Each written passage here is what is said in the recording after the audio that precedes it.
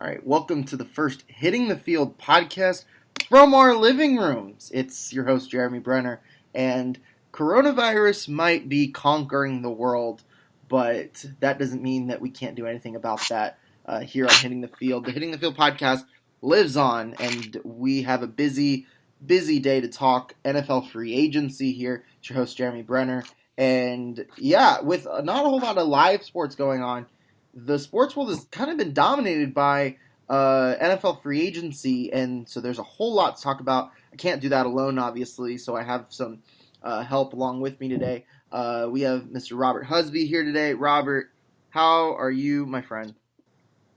I'm doing well, as one can be during a pandemic, but I'm doing well. I'm still following sports as much as we can get, so I'm happy to be here and happy to talk. Absolutely. And another co-pilot of ours today, Mr. Nick Geddes. Nick, how you doing, brother?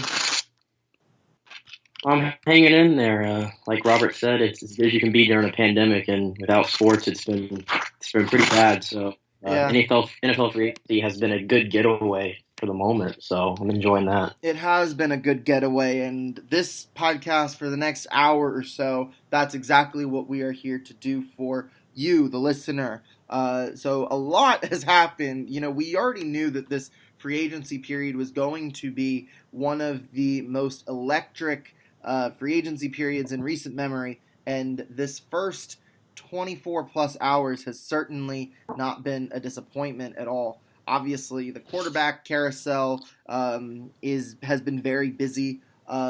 We are recording this as of about 4 o'clock on Tuesday, March 17th. Happy St. Patrick's Day to those who celebrate. But those in Boston who celebrate St. Patrick's Day woke up to some really unfortunate news. Some that may have been expected to some, but others not so much. Tom Brady announced earlier today that he is not returning to the New England Patriots after 20 seasons. This is something that we thought about, Robert, that might happen. But now that it's official, what are your thoughts about it? I'm honestly a little shocked, honestly. I'm surprised he left New England. I really thought that throughout most of this process, he was just really, jerking people around on social media and really getting people hyped up and stuff like that. And I really thought he was just going to be like, just kidding, I'm staying. But, I think it's been 20 years. It's a little bit time for both sides to move on, I think. Brady's looking at maybe 2-3 years left in his career, and it's definitely not a fresh start, but it's an area where he can, get paid a little bit more, and he can see what he can do with another franchise. It probably looks like it's going to be Tampa Bay, but the Chargers are still there. But yeah, I mean, definitely this shakes. We knew this quarterback market this year was going to be really deep, but this is literally shakes up the entire NFL for the seasons to follow. Do you think that him leaving New England hurts his legacy at any way? I don't think it can. I mean, he was there for 2 decades and won 6 trophies. He has as many rings with the Patriots as the Steelers do as a franchise. Yeah. I mean, he's the winningest quarterback of all time in terms of Super Bowl rings. I don't think it does. I just, he gave his whole career there, and I think it's just time he gets paid, and he leaves a huge legacy in New England. I mean, he's arguably the greatest quarterback of all time, and certainly New England's best player of all time. So, he leaves an absolute legacy there. I don't think it affects his career at all. Yeah. So 20 years in New England, 6 titles, a whole lot of memories, and a whole lot that he achieved in New England, and he's going to, move away to possibly Tampa Bay. Nick, I know you're a Bucs guy. What kind of fit does Brady have in Tampa if he does sign with the Bucs? I think the fit is a little bit questionable if you're going schematic-wise, because Bruce Arians likes to gun it down the field, have his quarterback throw, a bunch of times in the game, and he requires his quarterback to stand in the pocket and kind of take hits, and we haven't seen Tom Brady have to do that in New England because the system has been catered for him to get the ball out quick. And it'd be interesting to see if he comes here, if Bruce will change anything up, because I don't think Brady at the age that he's at, he's ready to take those hits that could happen. And it's also an offensive line that has, shown a little bit of improvement last year, but it's still a work in progress, and they're still looking to upgrade there. But besides that, if you take the scheme out of it, I think it's a tremendous thing for Tampa Bay to go after, because it is Tom Brady. We don't know what Tom Brady we're going to get. And that's a little bit of a question mark, but this is a team that has not made the playoffs in 13 years. You've been irrelevant for 13 years in the NFL, and you have a chance to take a risk. And I think that's what, Bruce Arians' motto is, don't risk it, no biscuit. And I think he's sticking true to his word right now. And I think you take that risk for arguably the greatest player to ever play the game. And I think at minimum, you're probably looking at a playoff berth. And I think for a team that, like I said, has been 13 years and the fans are dying and attendance is growing lower and lower, Tom Brady can be a real spark to a franchise like the Bucs. And I think he'll boost the morale there and among the fan base. And if you're getting a Tom Brady who can be productive, like I said, I think you're looking at playoffs minimum, and you can have the potential to go further. So for Tampa Bay, I think you risked it at this point. Yeah, I think it's weird because the two options on the table it's either been LA or it's been Tampa, and the reports that we've seen today make it seem like he's going to Tampa. There was the NESN reporter. Let me look him up. I think his name is Dale Arnold. Dale Arnold. He says that they're going to announce Wednesday that he will move to the Bucs. But if you think about it, there is no real logical connection there between Brady and Tampa Bay. I mean, I guess in Tampa, the receivers are pretty good. I would say arguably top 3 receiving core in the entire league. So if that's what he's really looking for, he could go for that. But I just can't imagine you go 20 years and you win all these championships in New England. You have the chance to retire there for your career. And then you throw that all away to go to Tampa, a team that hasn't been in the playoffs in 13 years, like you mentioned, Nick. And with LA, at least there's, he started the movie production company. Their receivers are good. They have a good defense down in LA as well. I think that's underrated because they weren't very good this year because of all the injuries they had. Derwin James was out most, if not the entire year. So, and the Chargers just signed Brian Bulaga to be their tackle. That's a great offensive line, and they have the number 6 pick in the draft. It almost seems like all of the logic makes sense for him to go to LA. But what we're hearing from reporters is Tampa. So, Nick, why do you think Tom Brady would choose Tampa over LA? I think Bruce Arians' presence there is actually a really big thing because he has coached Peyton Manning, he's coached Ben Roethlisberger, and I'm pretty sure Tom Brady has probably had discussions with Peyton, at least Peyton for sure, about, what do you think about Bruce? What was this and that? And they had a good relationship. So I think Tom likes Bruce Arians, and I think if you're going coaching, there's no doubt about it that Bruce Arians is an upgrade over Anthony Lynn. And Bruce Arians he's cut from the same cloth as Belichick, very hard-nosed, disciplined locker room. So I think there's some familiarity there with Tom Brady where it wouldn't be as much of an adjustment. And, I can't keep track of, what the Chargers have been saying really, but I know from the Bucs end, they've been saying all along that if they get Brady, they're going to listen to his input. They're going to go all in on it. And I'm sure the Chargers are doing the same, but I can speak for Tampa Bay specifically. They have said that in their pitch, and they're very aggressive after it. And if you also look, I think Tampa has been a booming market if that's what he's looking for. There's a lot of high profile people that have been moving down here, and it's a booming city at the moment. And obviously that doesn't top Los Angeles, and it never will. But the other thing too is Los Angeles. That's a franchise that doesn't have many fans in Los Angeles, and you're playing in a 30,000 seat stadium, and there's uncertainty there for Tom Brady. Although the caveat there is that if Tom Brady goes there, that would definitely draw more fans into the stadium, and they have the new stadium. moving into SoFi Stadium this year, and Yeah. the Chargers have had struggles bringing a fan base to LA, and I think obviously they're like, if the Chargers didn't go for Tom Brady, it would have been completely stupid. But Robert, why should the Chargers, like, what do the Chargers need to do if they can do anything at this point to go and get Brady? What do they need to do at this point? Probably just offer more money. I mean, I don't know what. I haven't seen any reports. I don't think there's been any reports about like how much like Tampa's willing to offer and all that. But I mean, probably just offer more money. I think there's not really much else you can offer if his mind's set on Tampa. You can't really sell the LA aspect anymore. I mean, what else are you going to say? That's your starting point is, well, you'll be in LA, you'll be in the LA market.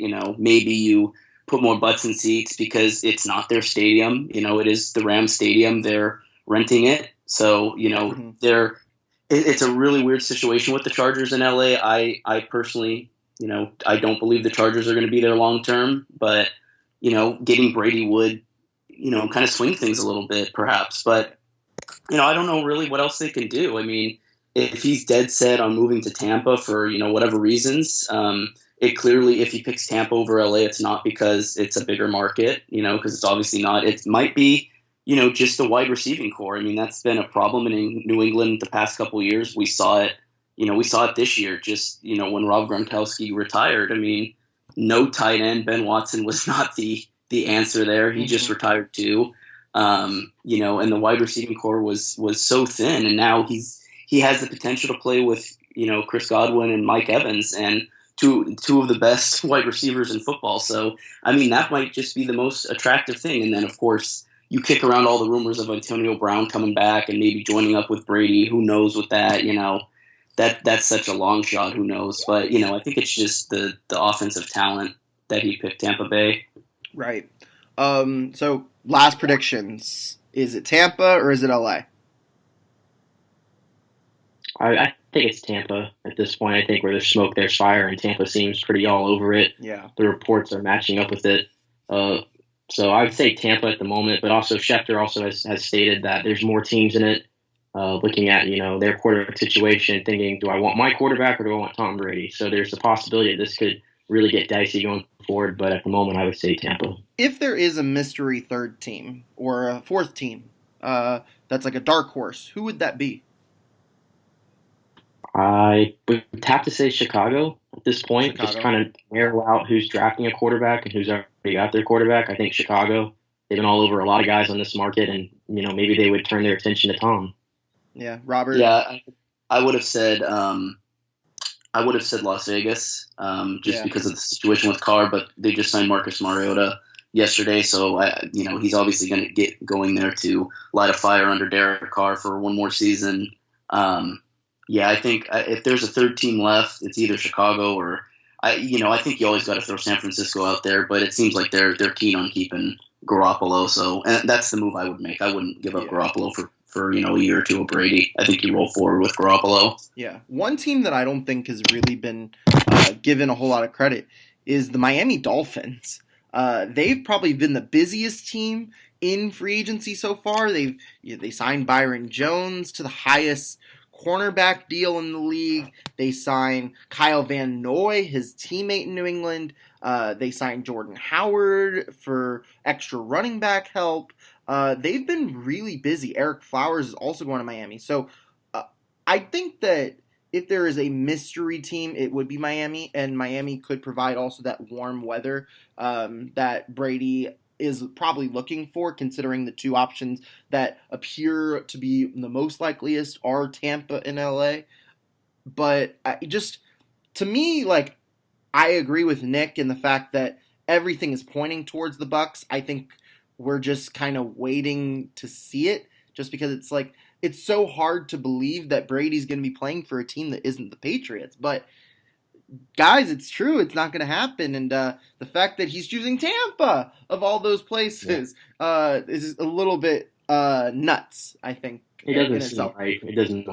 Yeah, we live in a world where we can't go outside our homes for 8 weeks and Tom Brady's on the Buccaneers. What happened in 2020? But I mean, we'll move on now to the secondary quarterback carousel, because that, I think, is what has made this free agency period one of the more intriguing ones in recent years. One of those positions was just filled minutes before we came live.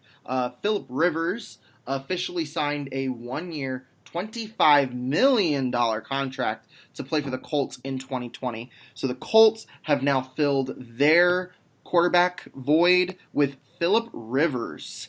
Guys, did you guys see this one coming? I actually honestly had Indianapolis always up there. To me, like, it made the most sense. I saw Rivers either going to Tampa or Indianapolis, so I'm not super surprised he picked Indianapolis. I am surprised they gave him $25 million. That's a lot for a 38-year-old. Mm-hmm. He still got a little bit of it. He's clearly not anywhere near the prime of his career anymore.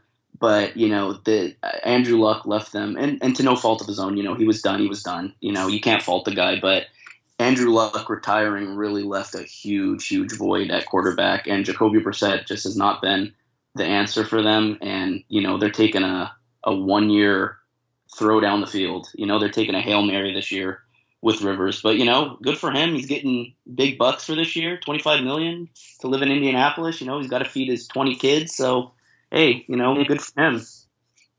Yeah, I mean, you got a lot of mouths to feed, so a lot of money. So, Nick, Colts, Philip Rivers, how's the fit for the Colts right there? I think it's a good change of scenery for Philip. I think that being with an offensive mastermind in Frank Reich, that can't be overstated how big that is for Philip Rivers' career at this point in his career. Right. To have a guy like that who can kind of re-energize you. And that's a really good offensive line in Indianapolis as well. And he hasn't always had that in LA now. So I would say that the fit is pretty good for him. And if you're the Colts, you look at that division, and Texans are being gutted right now almost by their own fault. And then Tennessee, I don't know if you can count on what they did last year to happen again. And then Jacksonville was also in a full-on rebuild. So like Robert said, they're swinging for the fences. They're going for it. And you have to give credit to Indianapolis for doing that and seeing the situation that they feel like they can win now. And Philip Rivers, if you can get a year out of him, then you never know what could happen from there. Yeah, I think that you hit the nail on the head right there. I think that Philip Rivers, I think people forget that the Colts with Andrew Luck, they started out, I think, 1-4, and then they won, I think, like 10 of their last 11 or 9 of their last 10, and then they went into the playoffs, and then they beat the Texans, and they fell short to the Chiefs, but they were a divisional round team a year ago, and that was with Andrew Luck. Now, you put in a different quarterback.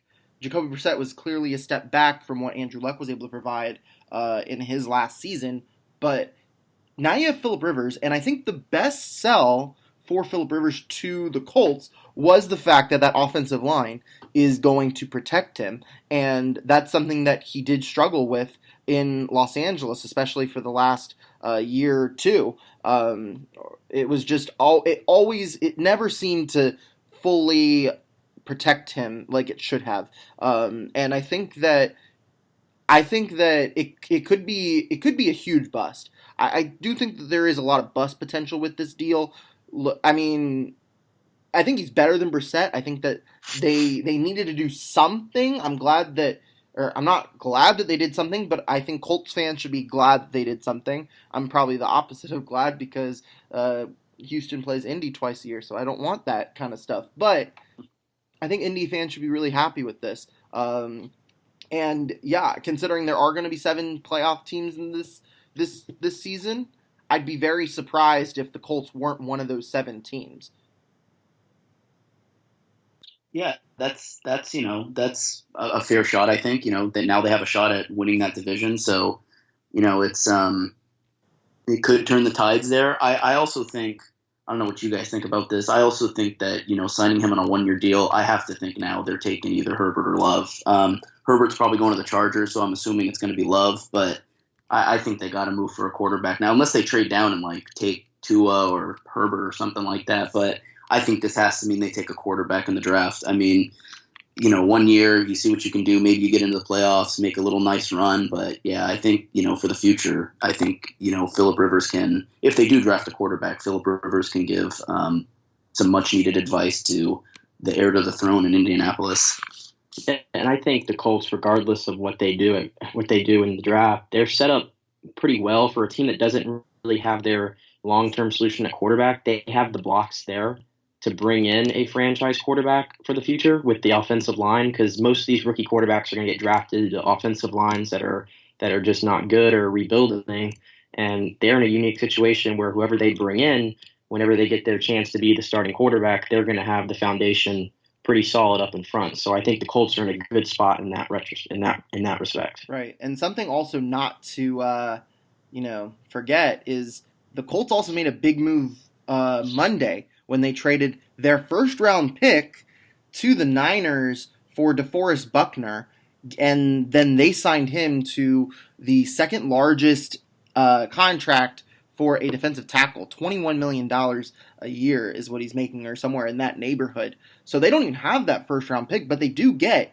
one of the best defensive tackles in the game, DeForest Buckner. What do you guys think of that move for Indy and for San Fran? It makes a lot of sense for Indianapolis. Now that you said, I forgot. Yeah, they gave up their 13th overall pick. Mm-hmm. So now there goes that idea of taking a first-round quarterback unless you can trade back in somehow. But no, I mean, I like that move for Indianapolis. DeForest Buckner's really good. I think the 49ers are going to miss him, but they got so much deep talent on that defense that it makes it a little bit easier to swallow for a team like that. Re-signing Eric Armstead for another 5 years is the right move. He's the guy that's going to be trying to lead that defense now going forward. But yeah, that's a big loss for the 49ers, but they got the 13th overall pick now, so they can try and take another linebacker. Maybe, they go after one of those top linebackers. So I assume that's probably what they're going to do. But, it's a good move for both sides, I think. 49ers didn't want to pay him. A lot of those contracts are going to be coming up at the same time, so they're going to be up against the cap pretty hard in the next couple seasons. So doing this now and getting the 13th overall pick, potentially taking another really good linebacker in the draft, you only hope he can be as good as Buckner, but this is the right move for them if they really need to start shedding money to sign players in the future. Yeah. Nick, who won that trade, Nick? I think it's pretty even, to be honest. I don't think I can really put a winner out there. I was going to say from the Colts end, you get a guy like DeForest Buckner. He's one of the top 5 defensive tackles in football. And for their defense, I think it's going to do wonders because now you have really put yourself in a situation where you have 3 young stars at every level of your defense in Buckner, Darius Leonard, and Malik Hooker. So I think you get some youth into that defense along with some other youth that they have, and that's what they need is defense. So it's a steep price to pay, but if you're going to tell me that your first round pick is basically DeForest Buckner, I think you take that every day of the week.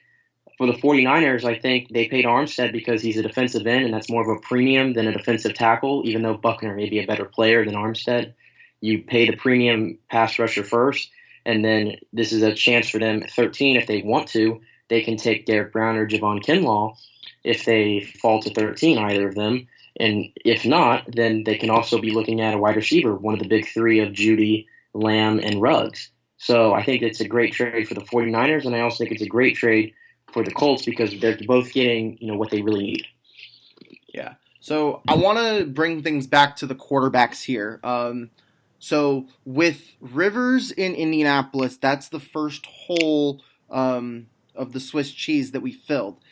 But now I think what we're going to see is a lot of people are going to be looking for new homes. It's the kind of the musical chairs of quarterbacks. Now with Jacoby Brissett, with Rivers in Indianapolis, it probably means Jacoby Brissett not going to be with Indianapolis next season. And with Brady possibly going to Tampa, where does Jameis Winston go? So I want to just let's start off with Jameis Winston here because it also seems with today's news that Jameis Winston is not going to be with the Bucs this year, and it looks like the Bucs are going to make an all-in play with Brady. So, Jameis Winston, where is he playing in 2020? Robert, I'm gonna say Chicago. Really? Okay, Yeah, Chicago. Why Chicago? Well, they obviously need a quarterback. Jameis is going to get signed, I think, on a 1 or 2 year prove it deal. I don't think he's going to get anything super long. Mitchell Trubisky's on a really short leash. I think if you give Jameis Winston a 1 year deal, you can kind of do what the Raiders are doing with Mariota, saying, hey, this is your shot. You prove it. You have to show us that you got the future. And, I think signing a proven quarterback like Jameis Winston, kind of lights that fire a little bit. I really don't see where else he's going to go. I mean, with Tampa getting rid of him, I think the only other place is New England. But, is New England going to do that? Would they rather have Andy Dalton? Which I'd rather have Jameis Winston than Dalton. But, yeah. There's a lot of question marks there. But I could definitely see Chicago just to kind of convince Mitchell Trubisky to start getting his act together. Now, if Winston goes to Chicago, who starts? Is it Mitch or is it Jameis? It's got to be Jameis. Yeah. I think it's Mitch the first half of the season, and then you see where he's at, and then that's when you start considering Jameis, kind of like what Tennessee did with Tannehill. Obviously, they brought in Tannehill, but he was brought in to be a backup to Mariota. They didn't like what they saw with Mariota halfway through, and Tannehill took that job. So, I mean, it could be a similar situation there. Right. Yeah, I definitely see that.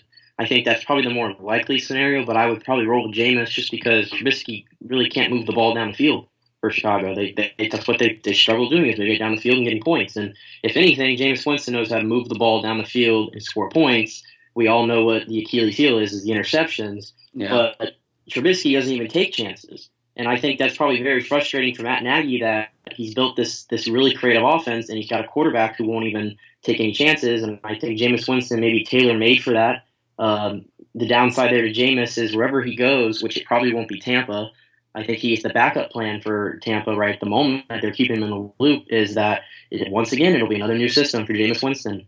It'll be at least his fourth new system in the 6 years here. So it'll be another learning curve for Jameis, and I don't know.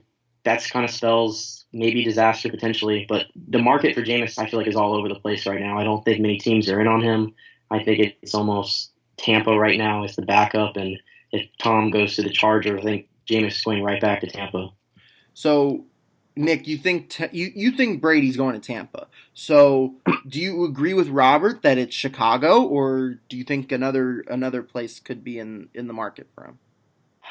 I'd have to say Chicago. I'm just strictly looking at the teams that are left that don't have their quarterbacks. Unless Jameis is going to be a backup somewhere, I don't see many other scenarios. I don't think New England will be on him. He doesn't seem like he fits the New England, style or anything like that. So I can't see Jameis in New England and Miami. I perceive Miami's taking a quarterback in the draft, so I'm not really considering them.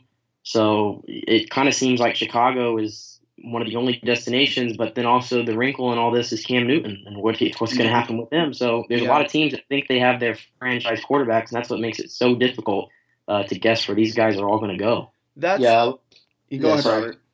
I was just going to say, since you brought up Cam Newton, that's really what I was going to say next was that's the thread that really holds everything together. What happens with Cam if the Bears actually go after Newton and they trade for him?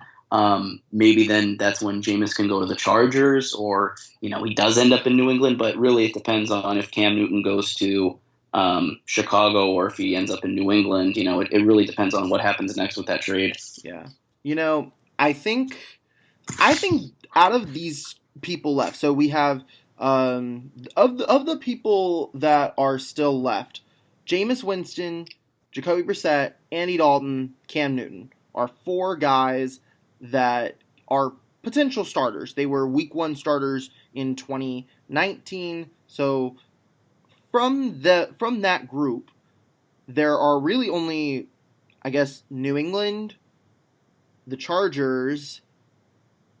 Those are really the two teams that would have open spots to start that might not be occupied by rookies. And we can maybe throw in Miami as a potential scenario, although I agree with you guys. I think Miami is probably going to look through the draft to get a quarterback. But what I will say is this. Given how unique this offseason is, I think that teams are not going to make as big of a risk in free agency, especially with their quarterbacks. I think quarterback is a very unique position, obviously, because they canceled the beginning of OTAs in April. Who knows how long this is going to happen? Their whole offseason programs are going to change. I actually think that there is a chance that Cam Newton ends up with the Redskins. I really do, because there's just a familiarity there between Ron Rivera and Cam Newton. And I think Cam can help mold Dwayne Haskins into what he could be. I don't think that Rivera is totally sold on Dwayne Haskins, which explains why they're looking at Tua for the draft. But I think what we're going to see here, and I think that's what we saw with Tannehill in Tennessee, because and with Bridgewater going to Carolina, he's with his the offensive coordinator there has worked with Teddy Bridgewater in New Orleans. So I think what you're going to see is teams are going to work with guys that know that system better than an average person, because regardless of who the quarterback is, they're going to have to learn the playbook, learn the system, face-to-face learning, and you're not going to get as much of that in this offseason as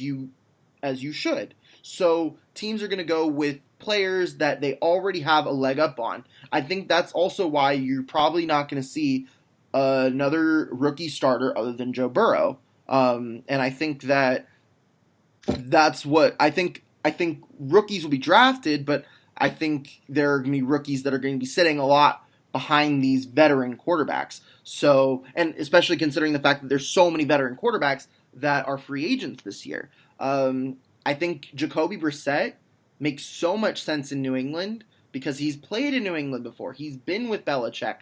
Brissett needs a job. New England needs a quarterback. It's almost a perfect match. And I think with Jameis Winston, although Tampa is a good backup place, I think out of these quarterbacks, Winston, Brissett, Andy Dalton, Cam Newton, I actually think, even though Cam Newton's in that group, I think Jameis Winston's probably the best one out of those four. And that's why I think Jameis Winston is going to end up with the Chargers. I just think that he's their best bet at this point for getting a reliable starter. And even then, they might say, hey, Jameis will play you, but we also got Tyrod, and he can be a quick hook. And I think that's also part of what the Raiders did with Mariota. It's what it's similar to what the Titans did last year with Tannehill. And I think that's what you need with a team like LA right now, is you can give Jameis Winston that 1-year prove-it deal, but also get a guy behind him like a Tyrod Taylor, someone who started in this league before, that can easily pull that hook if need be. I also think Jameis, another place that he could possibly land, he won't be the starter, he'd be the backup and maybe be in the wings a little bit, is Pittsburgh. I think that's been thrown around a little bit. It's been thrown around a little bit, and just kind of looking at where he could go. I mean, if you're looking for Jameis Winston to be your backup quarterback, I mean, if that's what you think of him, and he could be the guy that takes the reins from Ben Roethlisberger, because we really don't know what we're going to get out of Ben Roethlisberger this year.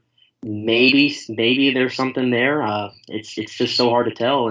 But you made great points for the Chargers with Jameis, and like I said, I think he's the best quarterback of those four that you mentioned as well. So it feels like he should be a starter somewhere, but it's so hard. You just really can't predict these things. I mean, it's all over the place because, like you said, the rookies as well. I mean, that's what I'm kind of like waiting for, is to see the draft and, who's going to go where. And I feel like that's why Miami's really cold on the market right now. And I feel like New England has been pretty cold on the market too because that's their plan. So we'll have to wait and see, but there's a lot of uncertainty right now. Yeah, Robert, what? Any other thoughts? Yeah, no, I agree. I could see the Chargers as well. If we assume that they take Justin Herbert in the first round, that's a quarterback for the future that they can develop, and they can have Winston on that 1-year prove it deal. So they can kind of do what Miami attempted to do with Josh Rosen and Ryan Fitzpatrick this last season. They're probably going to try to do it again if they take another quarterback. But I think that's what the Chargers could do. I could definitely see Jameson in a Chargers uniform next season. Yeah, let's move away from the quarterbacks here. And I guess what we'll do is we'll start with the dynamite that set this whole fuse off with the DeAndre Hopkins trade, which I sounded off on a little bit on our coronavirus special on YouTube. Be sure to go and check that out. But I want to get your guys' opinion. DeAndre Hopkins now a Cardinal. David Johnson now a Texan. Picks were also swapped, none of which were in the top 32. A lot of people are trying to figure out why. But what are y'all thoughts on DeAndre Hopkins going to the Cardinals? Nick, we'll start with you. Well, number one, you should not be trading DeAndre Hopkins. I think that's the most obvious statement I'm going to make today. You should not be trading DeAndre Hopkins. Retweet, and if you're going to, retweet, exactly. And if you're going to, you best be getting a first-round pick. And you don't even have a first-round pick to begin with, and you still don't, and you gave up your best player. Mm-hmm. I mean, you let that sink in. That's an indictment on Bill O'Brien. It really is. They need to get him out as the GM of that team and probably the coach because this is a disaster. I can't believe that Houston would fail like this. What if it's such a fall from grace because they, you go back to a couple months ago, they were on top of the Chiefs and they're on top of the world. They're gonna go to the AFC title game and then hosting the AFC championship. Let's remind ourselves that. Yeah, it's unbelievable, but it is what it is, and from there. Yeah. Robert, what are your thoughts?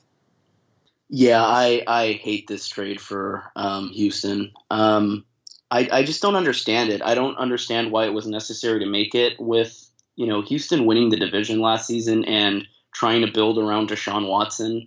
Why would you take away his number one target? I mean, you're taking away arguably the best wide receiver in the NFL. It's him and Julio. I would say Hopkins is a little bit better now, especially because he's still in the prime of his career. He's 27. I don't get it. And if I'm Deshaun Watson, I'm furious. You take away my best wide receiver and the guy I'm throwing to consistently that makes big plays. That is a reason why they're a good offensive team. I don't understand it. And for David Johnson, I mean, he's a solid running back, but he's injury prone. And he's, when he's healthy, he's 10 to 15 in top running backs. I understand you need a running back. You lose Carlos Hyde. I get it. But I feel like David Johnson's not a guy that's worth DeAndre Hopkins. And, had they had their first round pick, I don't think he would have been worth a first round pick either. And then you see what, the Bills do later last night with Stephon Diggs. Stephon Diggs fetched a first-round pick. So why didn't DeAndre Hopkins? He's certainly worth more than just David Johnson and, a couple of late-round picks. I don't get it.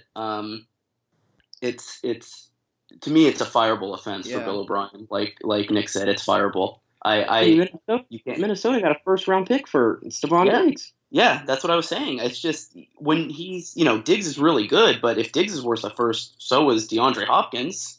Right. So I just don't get it when a lot of those guys are in the prime of their career. It's not like Houston's a bottom feeding team that's wasting their prime. They're a team ready to compete now. You need to build around Deshaun Watson, and they're not. Yeah. The trade when I first heard the rumors that this was a thing, I was like, I'll have some of what you're smoking, thank you.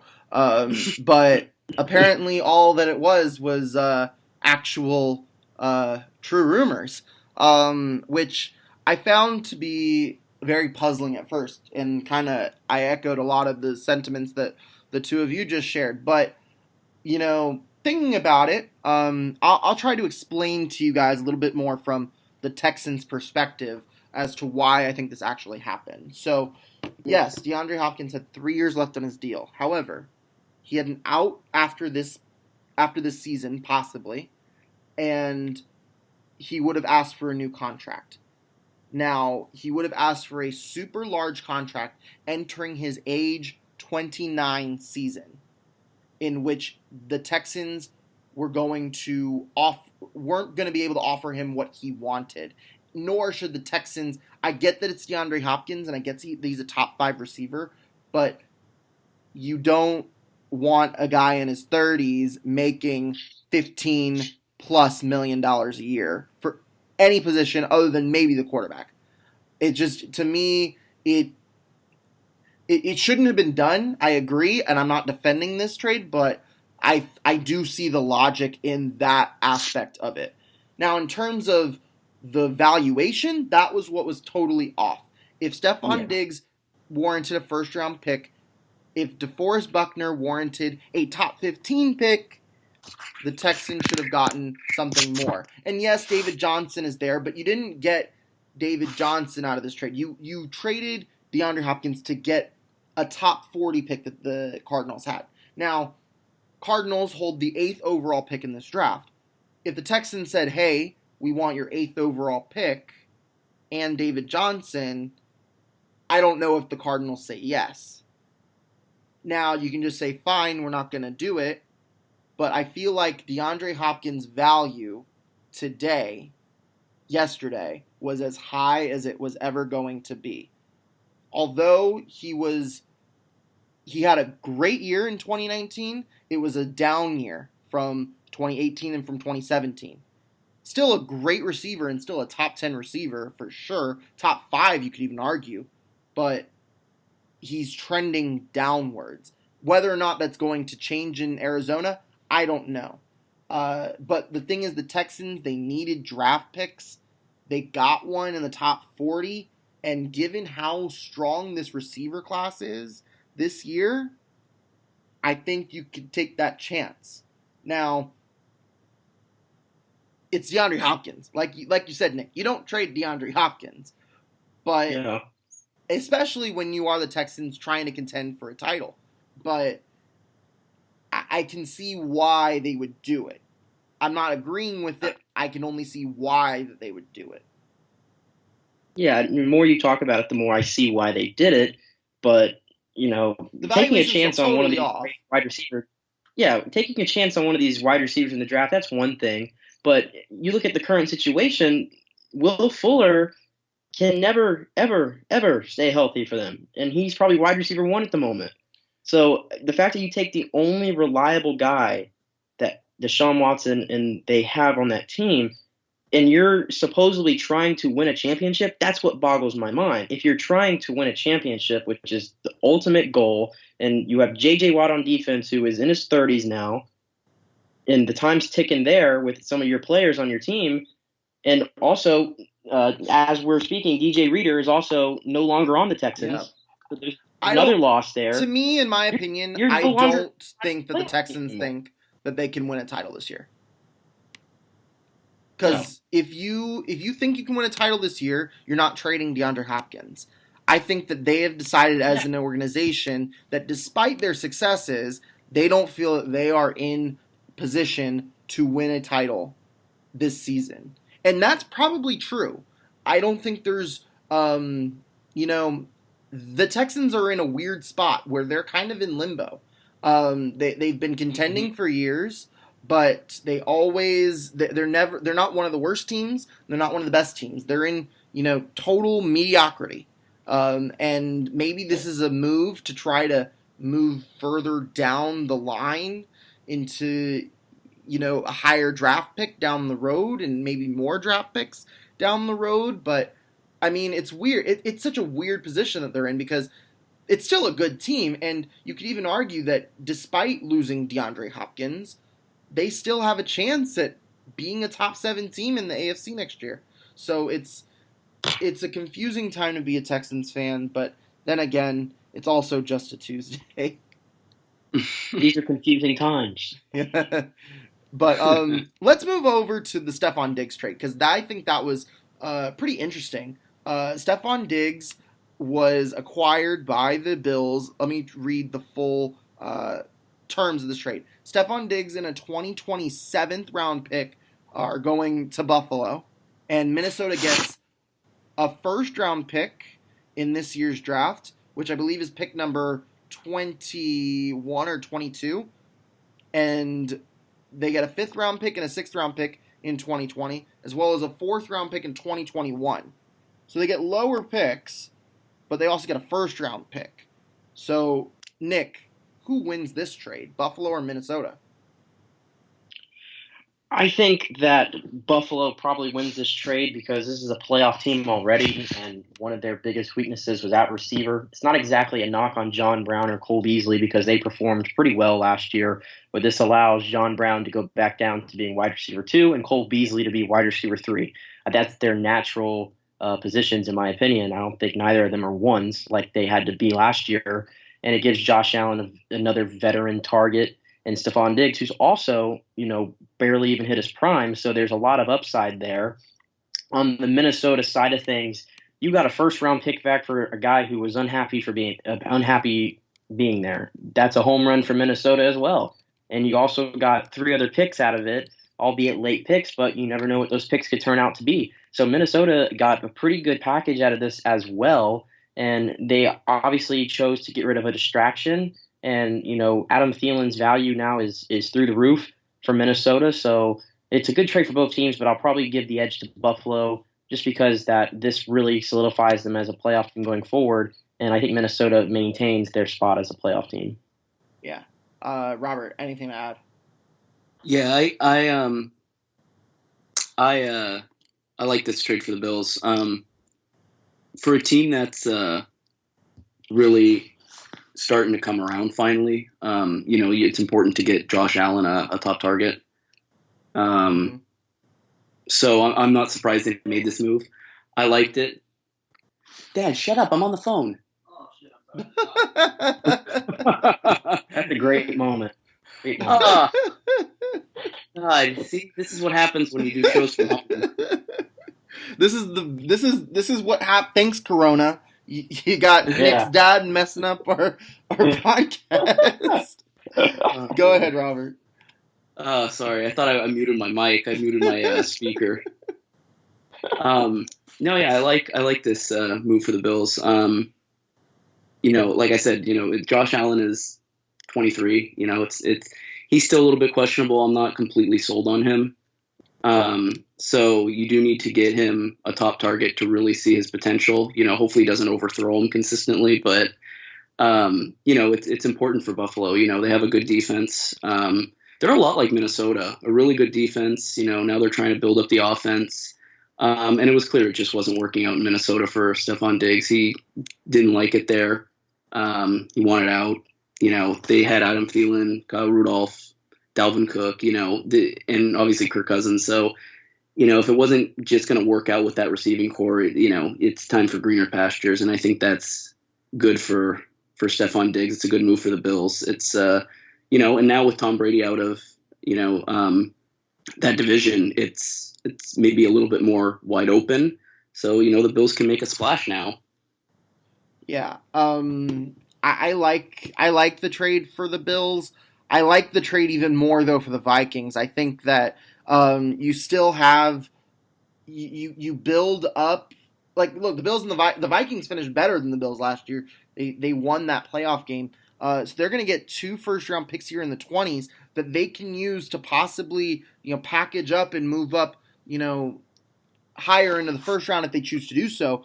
But it's also 2 top 25 picks that you can use, and you can, shore up the secondary that, desperately needs it. You also have a chance to go and get a receiver in this receiver-heavy class that could definitely, spike up that could fill the void. not necessarily eclipse it, but it could kind of poke a hole in it and leave it be for a little bit. I think that Minnesota got a good haul out of Stephon Diggs. Definitely a much better haul than what the Texans got for DeAndre Hopkins. So I think that they're pretty. I think they should be pretty happy with their setup here.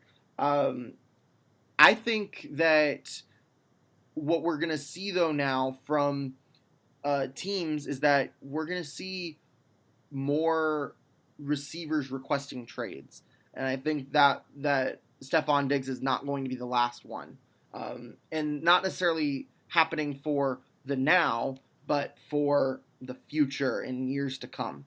So we have about 10 minutes or so left.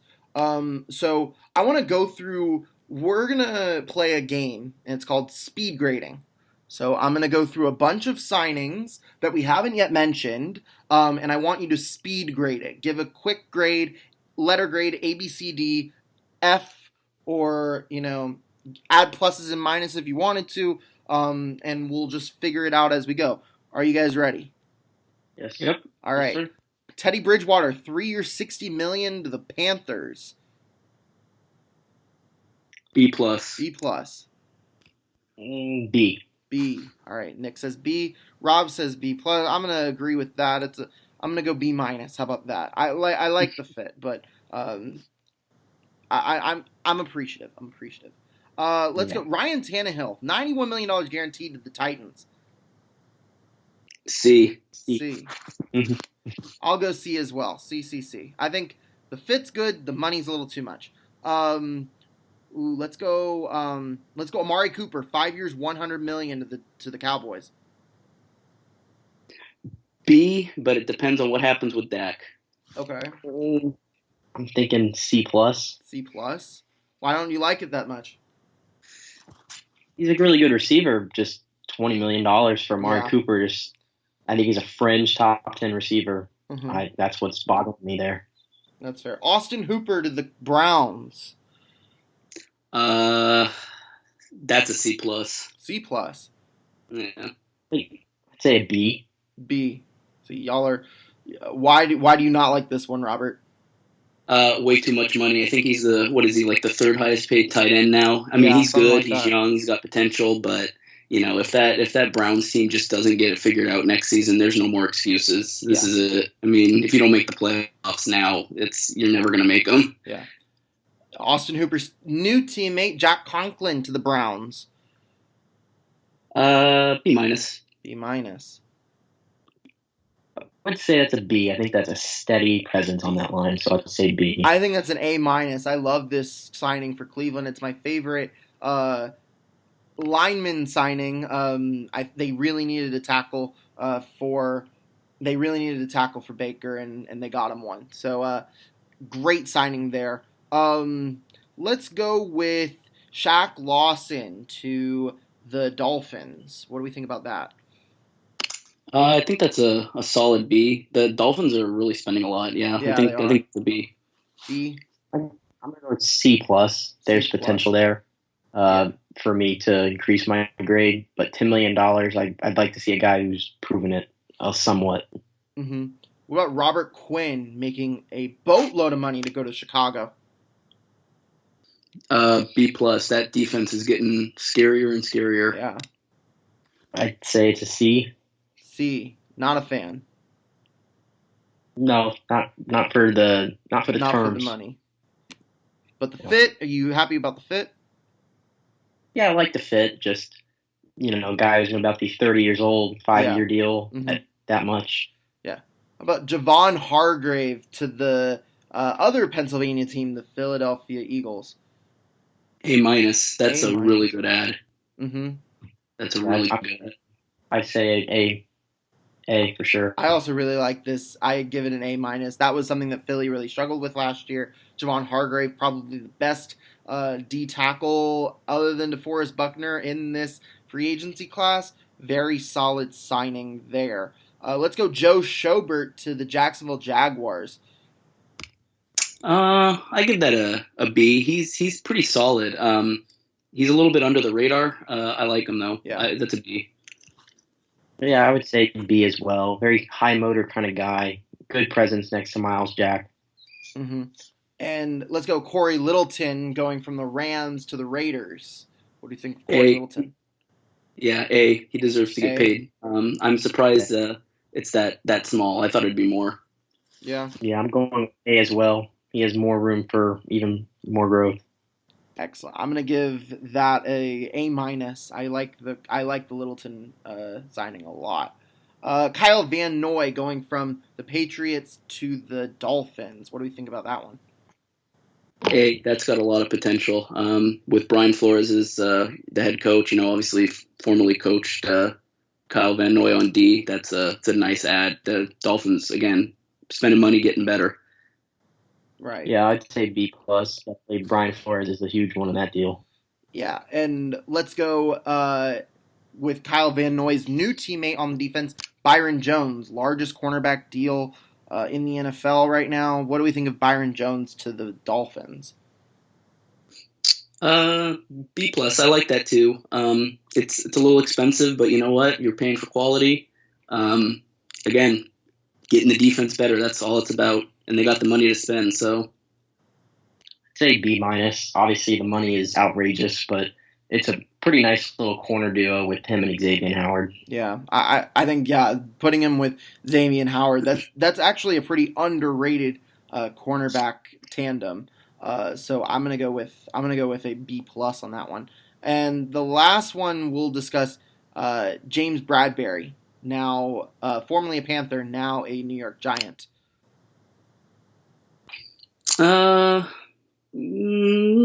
B minus. It's all right. I'm not super huge on that signing. It's not great. It's not bad. It's there. Yeah, I think he's a C guy. Who he wasn't as good last year as he was the 2 previous years. I hope it's not a Janoris Jenkins situation in the Giants. All right, so thank you guys for playing Speed Grade with me. But now I want to hear, before we sign off, I want to give you guys one last chance to share a bold prediction that is yet to happen. And the only thing that's off limits is where Tom Brady is going to go.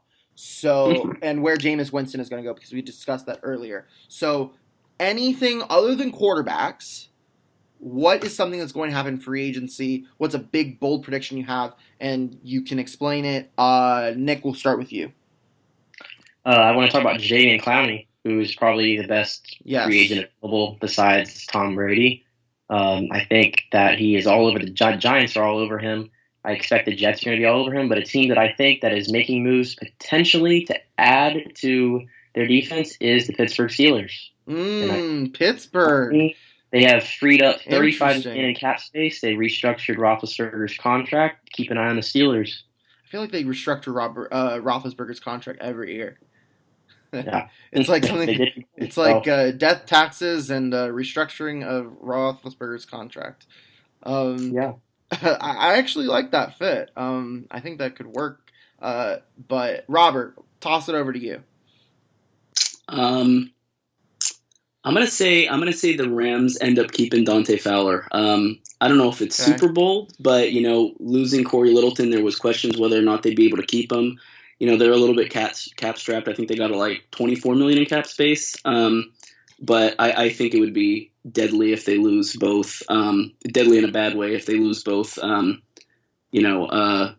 Littleton and then Fowler, and then they've also lost Michael Brockers to a lesser extent. But I think they're going to end up keeping Fowler. I think they really like him. He's younger.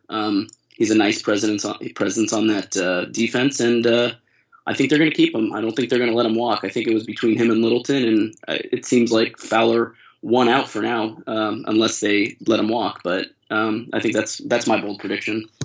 Yeah, I think Dante Fowler is huge to their success on that defense, especially with all of the big signings that they made and with Corey Littleton walking. They really need a linebacker that can stay there, be a strong presence for them. I really like Fowler in LA, and I think that he's important to their success there. So I think that the Rams should look to keeping Fowler, and if not, he's going to have a huge payday somewhere else. Now for mine, this is a tough one, but here goes nothing. Malcolm Jenkins, not going to be a Philadelphia Eagle next year. I think there's one of two destinations I could totally see him going. One is back home with the New Orleans Saints. Go back there, finish some unfinished business. Or I think he says, puts up two birds to the birds and flocks down south to the Dallas Cowboys. I think the Dallas Cowboys need some secondary help, especially with Byron Jones leaving for Miami. I know that they don't play the exact same position, but I think that they really need some secondary help, and Malcolm Jenkins would totally help that secondary out. So, Malcolm Jenkins, future Cowboy? Question mark. I think they saw they signed Darian Thompson. They did sign Darian Thompson. They did sign him, but he's not really a difference maker. Would you rather have Darian Thompson or would you rather have Malcolm Jenkins? Yeah, that's what I'm saying. Yeah. That's a good depth signing. So Malcolm Jenkins, the door's open there. I can see that. I think Dallas is probably leaning safety in the draft also. So right. I think that regardless, they're going all over the secondary. Exactly. All right. Well, that is a wrap for us today. Robert and Nick, thank you guys so much for helping me out with our first at-home podcast of the season. Thank you guys so much. We'll definitely be doing more of these throughout the semester. Yep. Thanks for having me. Yeah. I'm looking forward to it. So the coronavirus may have shut down UCF, but the coronavirus has not shut down HTF, because every Monday we will be going live on our YouTube channel. Be sure to check us out every Monday. HTF podcast, Hitting the Crew, those are still a thing, y'all. We got to do something during this 8-month, or who knows how long this is going to be, 8 weeks, that's what I meant to say, quarantine. So be sure to check us out on our YouTube page, Apple Podcasts, and you can follow us on Twitter and Instagram at Hitting the Field. Thank you guys so much for tuning in, and we'll catch you on the flip side.